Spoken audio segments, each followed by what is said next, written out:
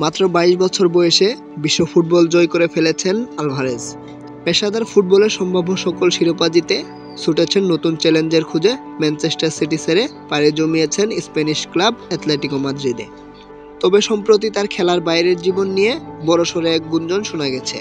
বাল্যকালের বান্ধবী মারিয়া এমিলিয়া ফেরেরোর সঙ্গে লম্বা সময় ধরে প্রেমের সম্পর্ক আলভারেজের।